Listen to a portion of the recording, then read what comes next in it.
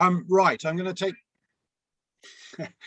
take you through our climate change action plan.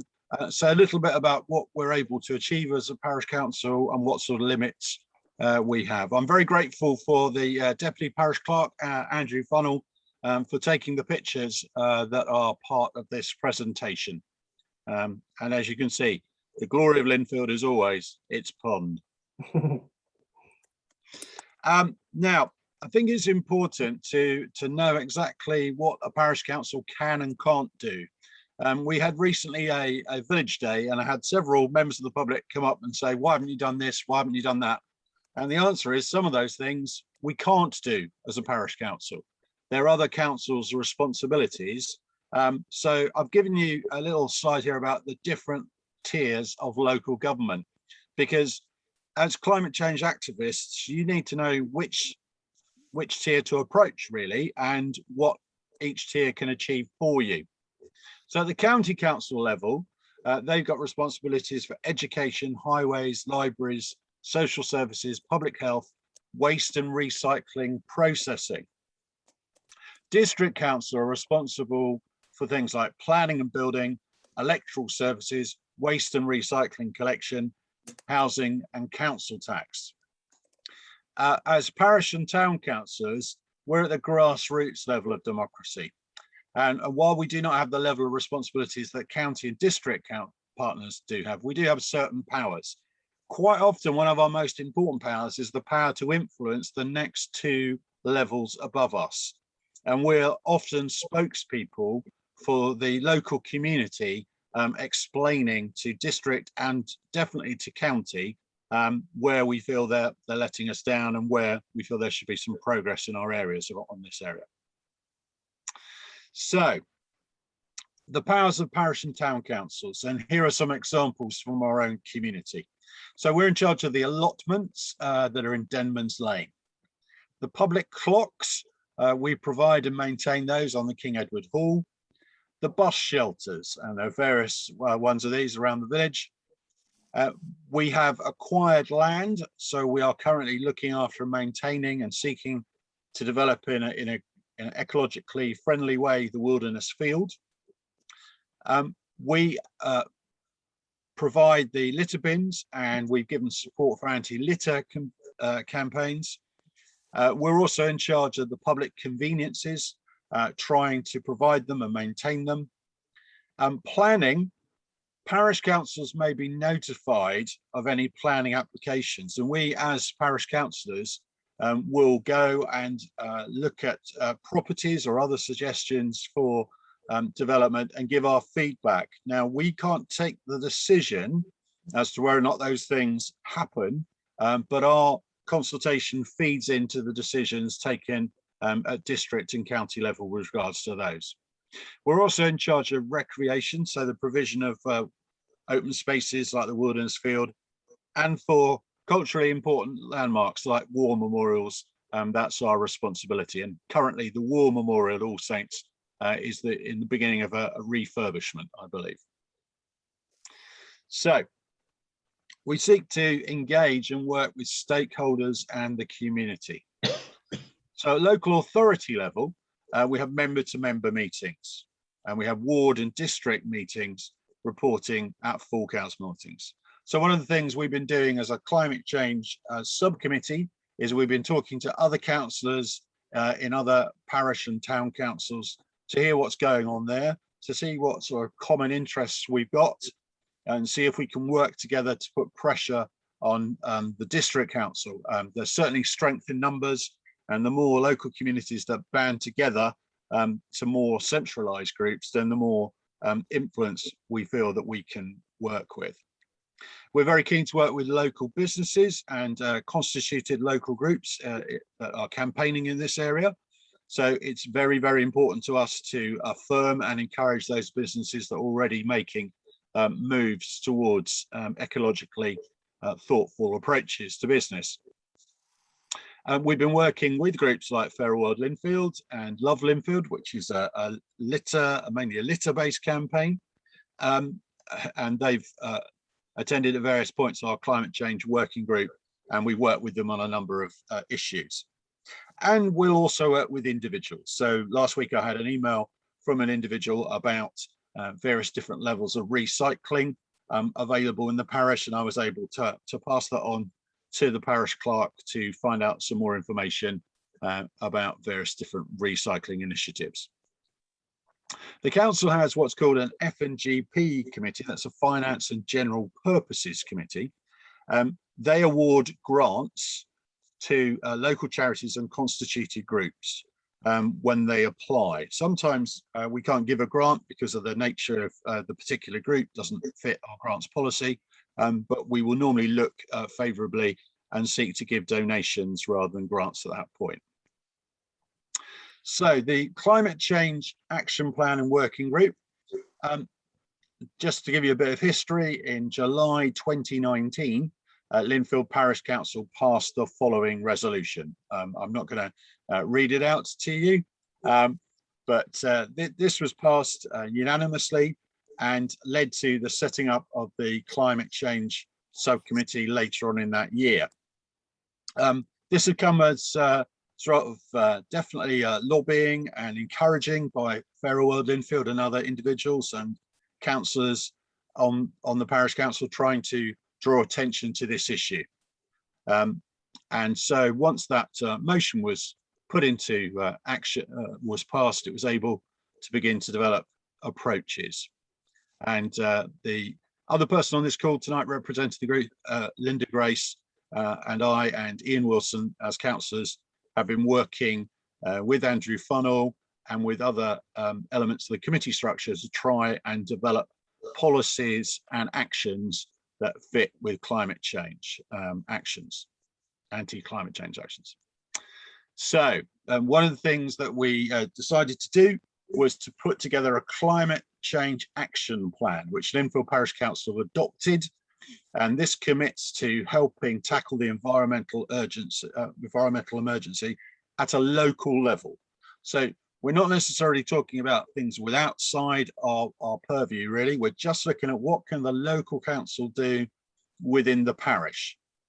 So there are a number of different things that we feel we can do as your community representatives and as people who have a budget that comes from taxpayers for our levy, and we want to apply that in a way that is going to help the environment and progress the care of the planet. So in particular, our climate change action plan addresses the following. How can we share information that we get from other bodies, be they other councils or other pressure groups or informative groups?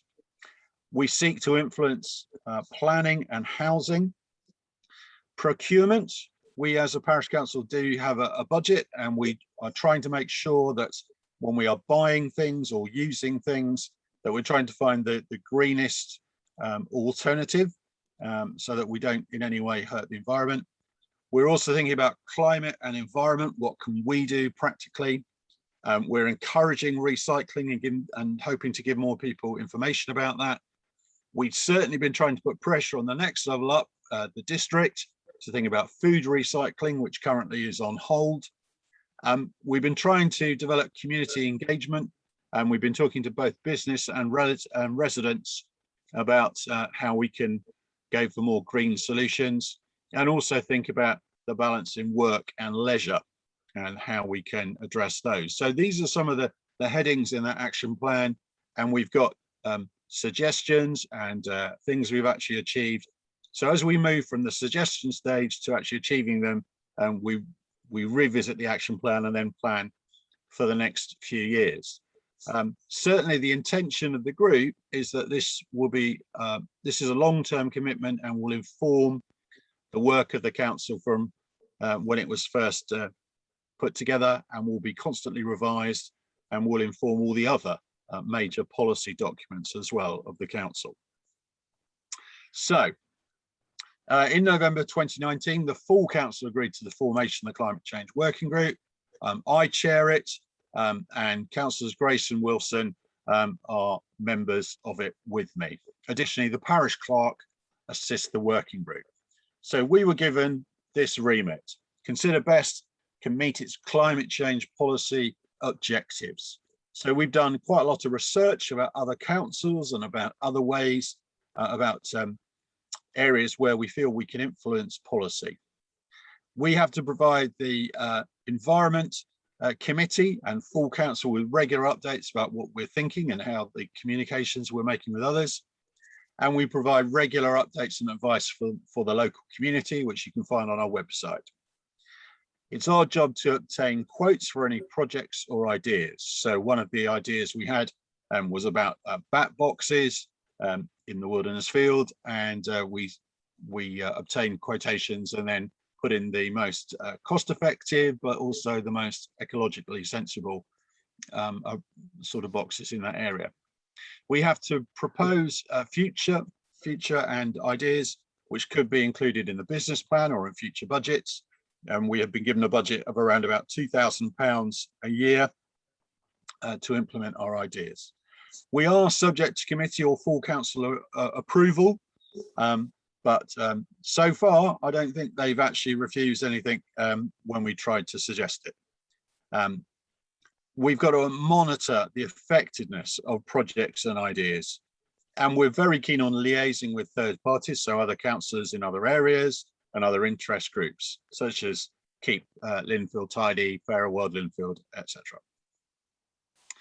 So the following work has been undertaken. It's one thing for your local politicians to say they're going to do things. Well, what have we actually done? And I'm very proud, I think we're all very proud actually, on the climate change subcommittee that we've got things started.